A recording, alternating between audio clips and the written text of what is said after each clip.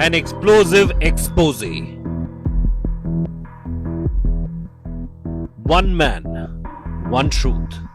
Nelson Amenya, the whistleblower who took down a multi-billion-dollar deal between the Kenyan government and India's Adani group.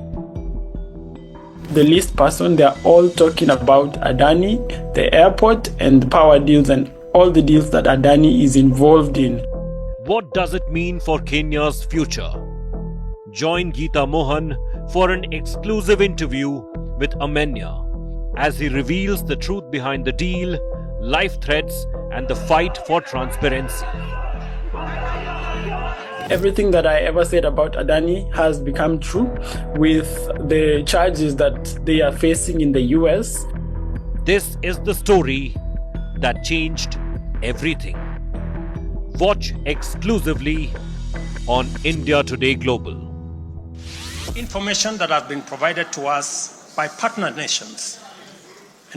I have directed agencies within the Ministry of Transport and the Ministry of Energy and Petroleum to immediately cancel the ongoing procurement process for JKI expansion public-private partnership transaction, as well as the recently concluded Ketrago transmission in public partnership.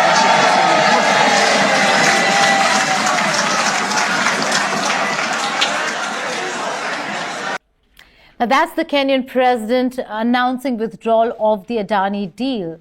All that happened, big developments, but the man of the hour, the man who had exposed the deal in the first place, whistleblower Nelson Amenya, a 30-year-old student who's living in Paris today because he dug up details of what the deal was between Adani Group and the Kenyan government. There were two very important deals. One was a power deal that was withheld by the High Court, but the other one was the Jomo Kenyatta International Airport deal. And amid much pressure, political pressure as well, we are now looking at Kenya withdrawing the deal. This also comes at a time when US has indicted, the Department of Justice has indicted Gautam Adani and his executives on charges of bribery and fraud. We'll have to wait and see how that really pans out, but whistleblower Nelson Amenya joins us here on India Today Global. Shrouded in secrecy, what was this deal all about? He started putting them out, and today, amidst a lot of pressure, political and otherwise, we see Kenya withdrawing the deal. This comes a day after news broke about US Department of Justice indicting Adani and executives of the company on charges of bribery and fraud that was committed here in India. Nelson Amenya, thank you so much for joining us from Paris. You're in Paris, you're not in Kenya. That's where you started putting out the stories from. Let's just begin with the deal.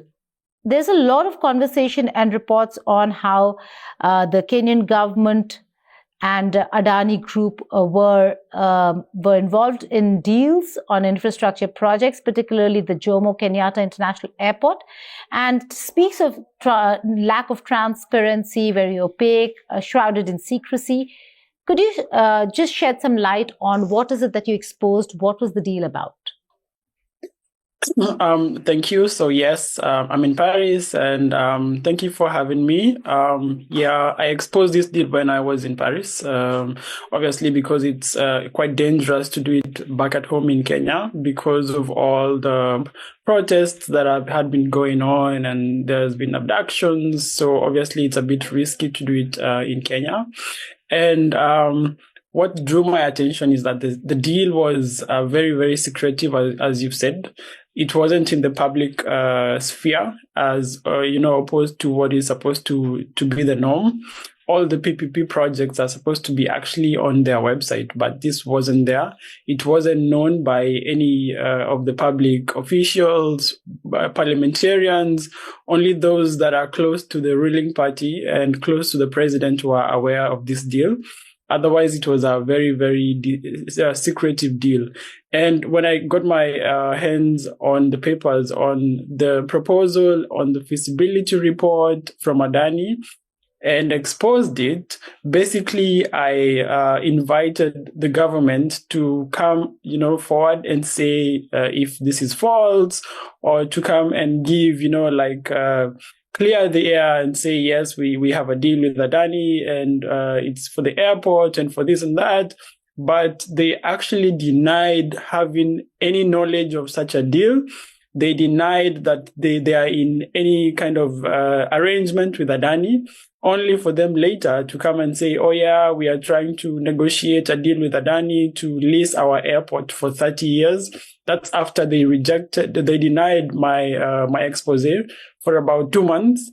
And when the heat was, increasing and there was protests, there was the Kenya Association of Airport Workers strike. This is now when they had the pressure. So they had to come forward and say, okay, we are in this deal and we haven't reached an agreement yet, but we are in the process. But the deal began in March. Actually, it began in December last year.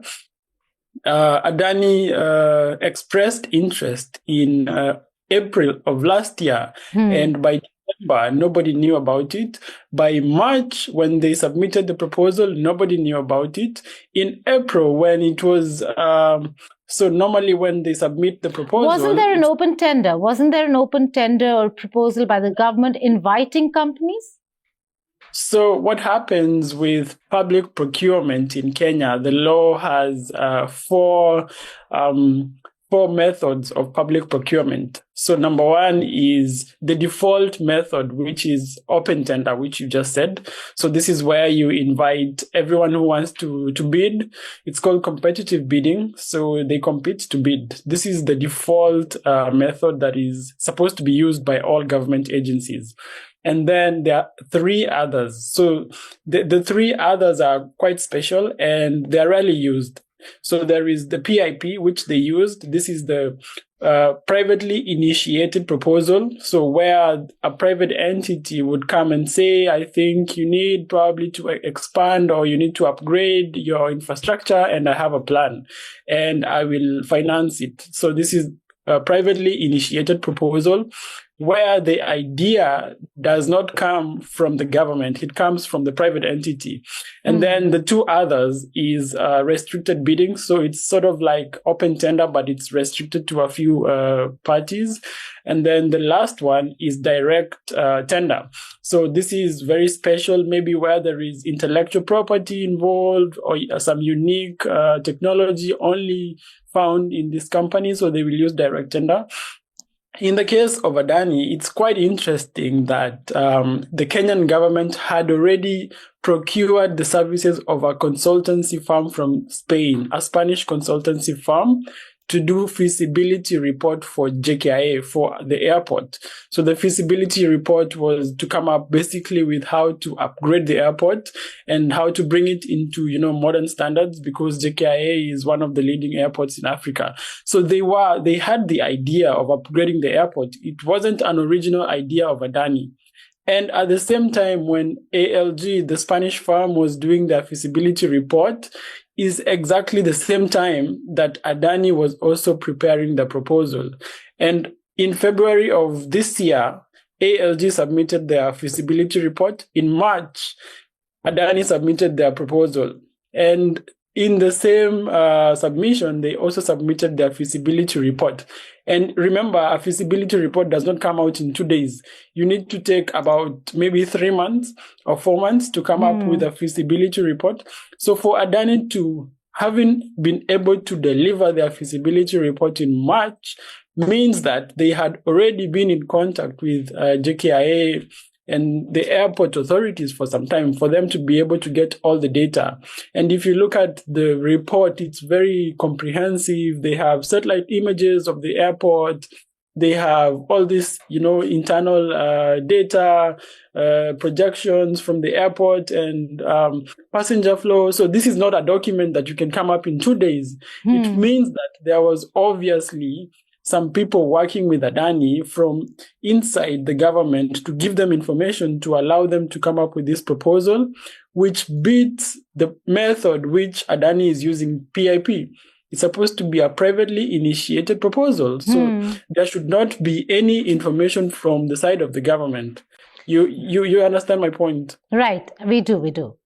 But Nelson, the Adani Group spokesperson, when you were coming out with these details, refuted all these allegations, saying that they have no knowledge of any of the claims made by you.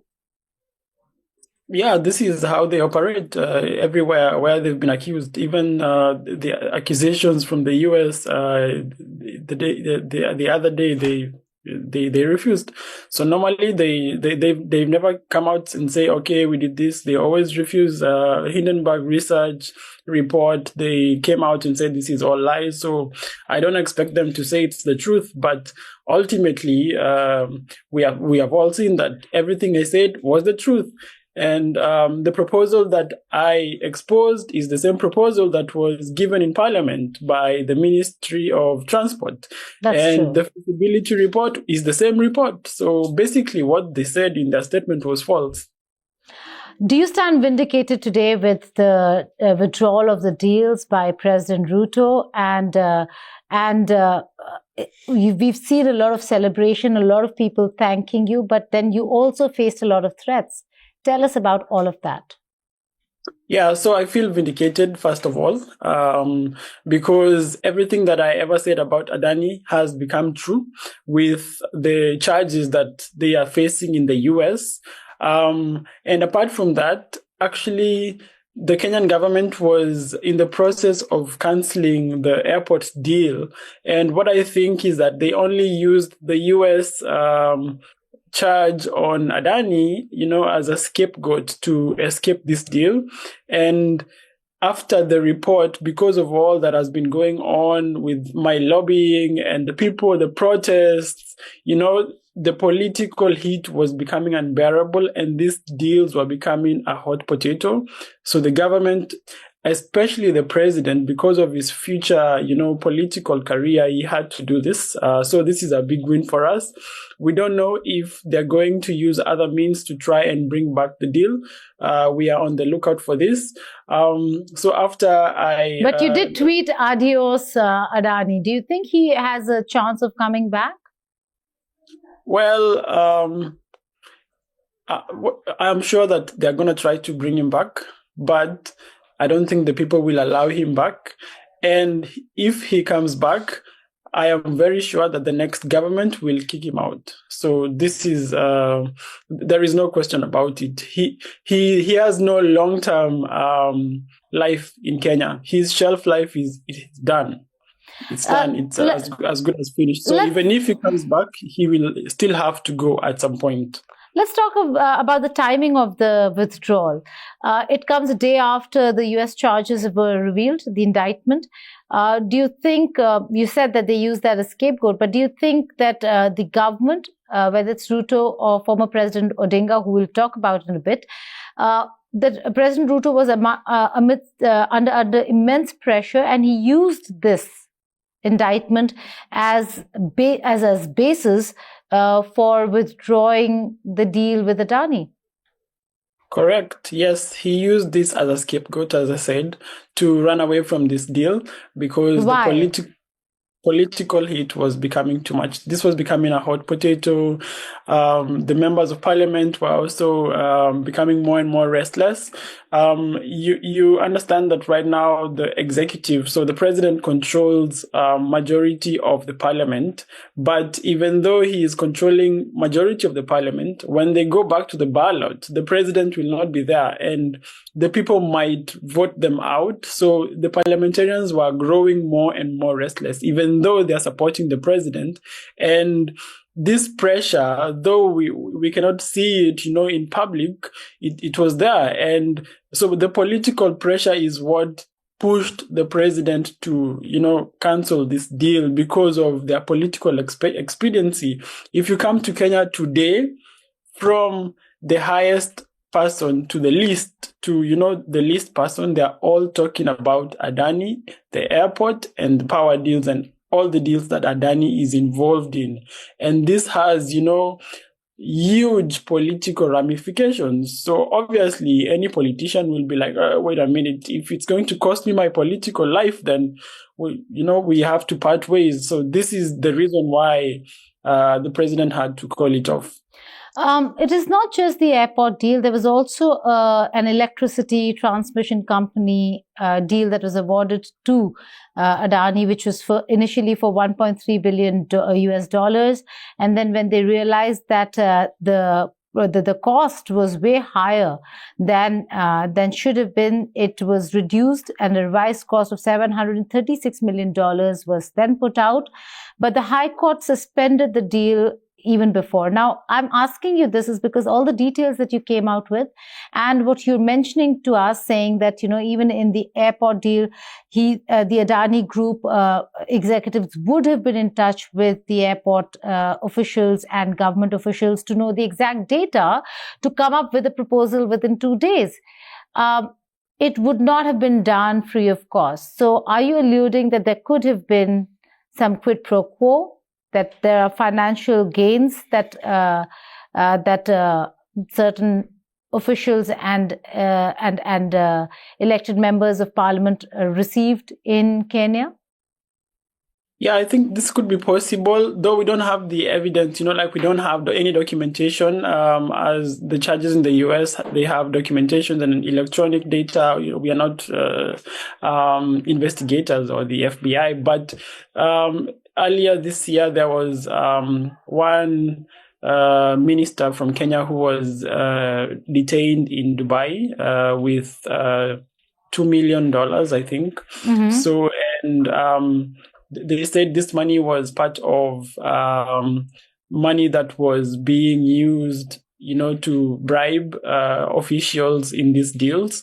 So it's possible that some officials had been bribed. And since Adani is now being charged with bribery, and it's interesting that it's also in the power sector, so it means that for them to be able to get, first of all, express approvals in Kenya for these proposals, they may have issued or paid out bribes to the Kenyan government officials. This is something that we cannot rule out, and it's a huge possibility because in Kenya, corruption is a really big thing, especially with high-ranking officials. If you see this someone's proposal being approved in 1 day, then this is unusual and extraordinary. It means something extraordinary must have happened. And it's not for the common good of the people. It's obviously for the common good of some people. So it means someone had to be paid for this deal to be approved in 1 day. And normally, such a proposal will have to be, perused by several departments, several government agencies. So it would take maybe like 2-3 months, and then they receive their approval. But in 1 day, a whole proposal and feasibility report, come on. This means someone had to be bribed for the deal to go through. All right. Nelson, it's not just President Ruto. Former President Odinga, who's also part of the government, Prime Minister, had mentioned in a statement that he was introduced to Adani by the Indian Premier. How much of a truth is there and credence is there to the fact that there is a political nexus in Adani getting the deals that he's got?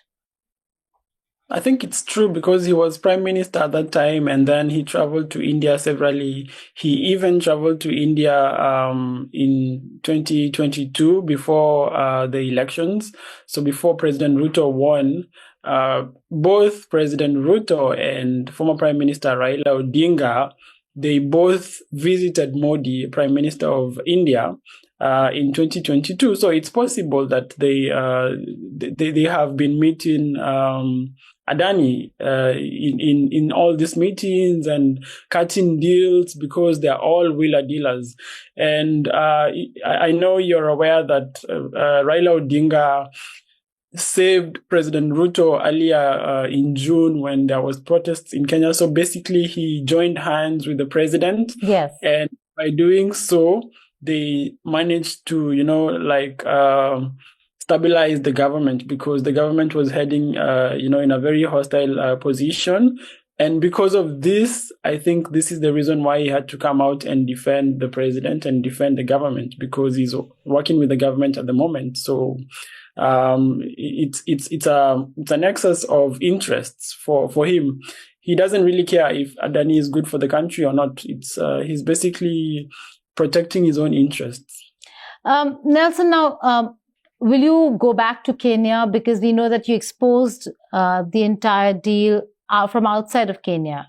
Do you think there's still threat to your life and you will not be going to Kenya anytime soon? Or are we going to see you go back to Kenya soon? I don't know at the moment if I'll be able to go back to Kenya, because earlier on, two months ago, I had received threats on my life from Kenya. And they were looking for me. They went to my parents. They sent detectives to my friends. They have been snooping on my bank, so they have been following my money trail in Kenya. The detectives in Kenya, they're trying to pin down, maybe get something illegal to charge me with, but they haven't found. They were trying to charge my company in Kenya with fraud, but it was all false. They have sued me in Kenya twice. They have sued me in France. So on what grounds? On what grounds? On defamation grounds. So the people that I mentioned in the deal. So there are several business people in Kenya who are proxies of the Kenyan government. And because I mentioned them, their businesses and the tenders they've gotten from the government, so they sued me for defamation and libel in Kenya and in France. So the environment at the moment is very hostile. And if I was in Kenya, they wouldn't have sued me; they would have arrested me and jailed me without any charge, as they're doing right now to activists. Last week, they arrested Twitter, an ex-user, for posting that President RUTO is dead. And they arrested him and charged him with publishing false information. So it's not safe to be in Kenya at the moment. And to bring down a deal that is worth more than $3 billion, obviously, I've made a few enemies and they would want to get back at me. So for the moment, I will stay out of Kenya. Okay. A personal question. What led you to really expose Adani? What really happened? Who got in touch with you? Why the need to expose this one company? Well, I think it's because first of all, they were leasing our main airport, JKIA. To me, it doesn't make sense. It didn't make sense. And JKIA is profitable. If we want, we can contract someone to upgrade the airport. So it doesn't make sense to me. It's worth 1 trillion Kenya shillings, the market cap of JKIA, the valuation. So it doesn't make sense at all to bring in Adani. Number two, Adani is one of the most corrupt countries, one of the most corrupt companies in the world. And at the moment, it could be one of the most corrupt, most corrupt company in the world. So why would you go for a super corrupt company, a company with a very bad reputation, a reputation of bribery, a reputation of money laundering, a reputation of hiding money in the Cayman Islands, reputation of intimidation? It's crazy, from Bangladesh to Australia to India. So for me, it was a no-brainer that this company it's a no-go zone. But just to play devil's advocate, they also have ambitious projects in many other parts of the world, which includes the Haifa port in Israel, and have done quite all right in some parts of the world. So why just focused on this foreign company? Was it to do with any company or just Adani? It's only Adani because in December of last year, there was 2 different companies that wanted to bid for the upgrade of JKIA. One was from Singapore. The other one was from, I think, Qatar, if I'm not wrong. and another one was from Brazil. So there was several companies that were willing to bid. So if it was a competitive bidding and Adani won, this would have been a different story. I tried to look in India, and India, they do competitive bidding in India. So why not do it in Kenya? In AIFA, I'm sure they did competitive bidding. It wasn't, they were not just given the tender. They had to demonstrate that they are able to do this project. So why not do it in Kenya? What are they afraid of? They should come and compete with other companies, and if they win, they do the job.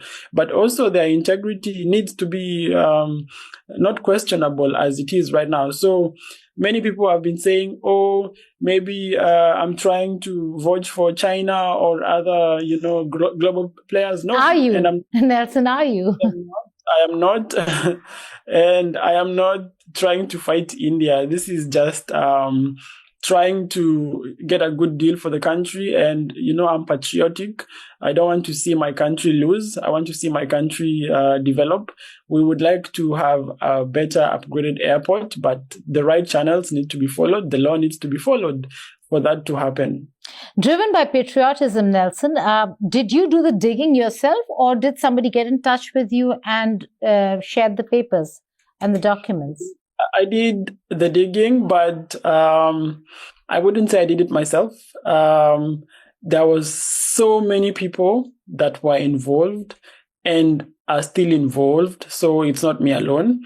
It's a lot of people who are patriotic and who are also in government, and they don't like how things are running. There are patriotic people still in government.